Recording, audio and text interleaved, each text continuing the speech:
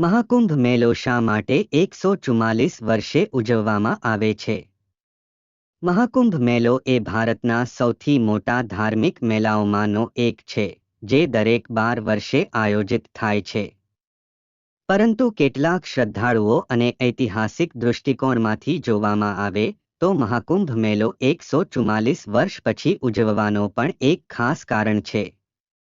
આ સંદર્ભે એક રસપ્રદ અને કાલ્પનિક વાર્તા છે, જે પ્રાચીન માન્યતાઓ અને પરંપરાઓ પર આધારિત છે. પ્રાચીન માન્યતા.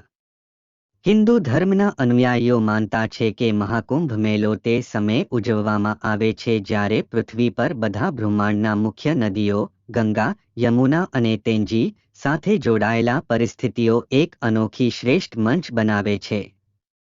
આ સાથે જ એવી માન્યતા છે કે દરેક 144 વર્ષે એક વખત એ સમય નદીના પાણીમાં અને પરિસ્થિતિમાં એવી શક્તિ આવે છે કે તે પુરાણિક પાપોને ધોવવાનો અને મનુષ્યને અપાર દયાળુતા આપવાનો શ્રેષ્ઠ સમય હોય છે. જ્ઞાન અને વૈજ્ઞાનિક દૃષ્ટિકોણ.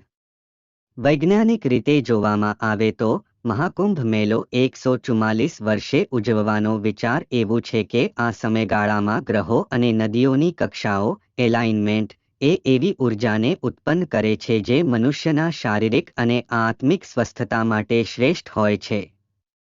આ દિવસોમાં વૈજ્ઞાનિકોનો મત છે કે આ ખાસ સમયગાળામાં પૃથ્વી પર એક અનોખી ઊર્જા સાથે સંકલન થાય છે, જે મનુષ્ય માટે કલ્યાણકારી હોય છે.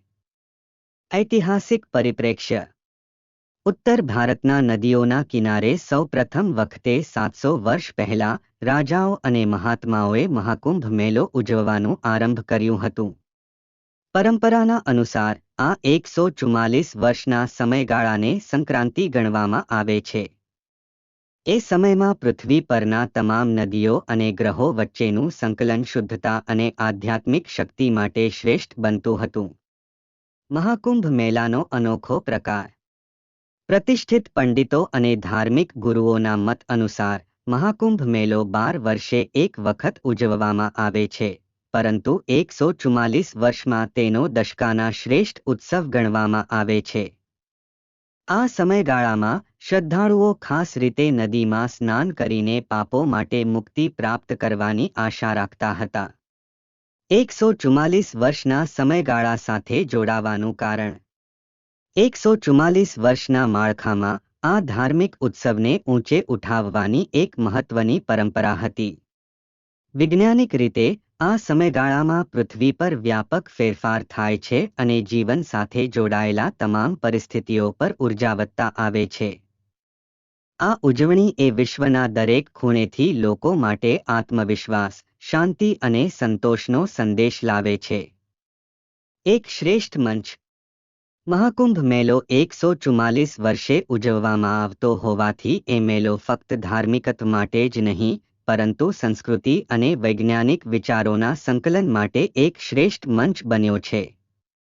શ્રદ્ધાળુઓ માને છે કે આ મેળો પૂજા, યોગ અને આધ્યાત્મિકતા માટે શ્રેષ્ઠ મંચ બની જાય છે, જ્યારે વૈજ્ઞાનિકો પણ એ સમાવે છે કે આ સમયે પૃથ્વી પર કૃષ્ણ રાશિ અને ગ્રહોના ઊંચાણથી ઉર્જાવત્તા અને વૈશ્વિક શુદ્ધતા મળે છે.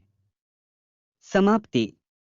મહાકુંભ મેળો 144 વર્ષે ઉજવવાનો આ પ્રાચીન વિચાર એ પૃથ્વી પર એક વિશિષ્ટ પરિસ્થિતિનો પ્રતીક છે, જેમાં પૌરાણિક પરંપરાઓ, વૈજ્ઞાનિક શોધો અને ધાર્મિક શ્રદ્ધાઓ એકસાથે મલિન થાય છે.